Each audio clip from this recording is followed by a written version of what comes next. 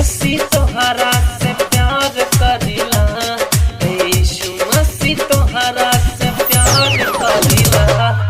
यीशु यीशु नमवा दिन रात जपिला, हाँ यीशु यीशु नमवा दिन रात जपिला। तोहरे वचन के सुरतिया दिल में रखिला, तोहरे वचन के सुरतिया दिल में रखिला। यीशु यीशु नमवा दिन रात जपिला, हाँ यीशु प्रभु तोहरा से प्यार करिला।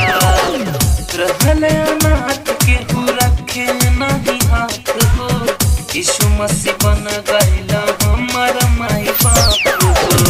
खाए के रोटी प्रभु दिहला सुबह शाम हो, महसूस न भइल कभी बड़ी हम अनाथ हो।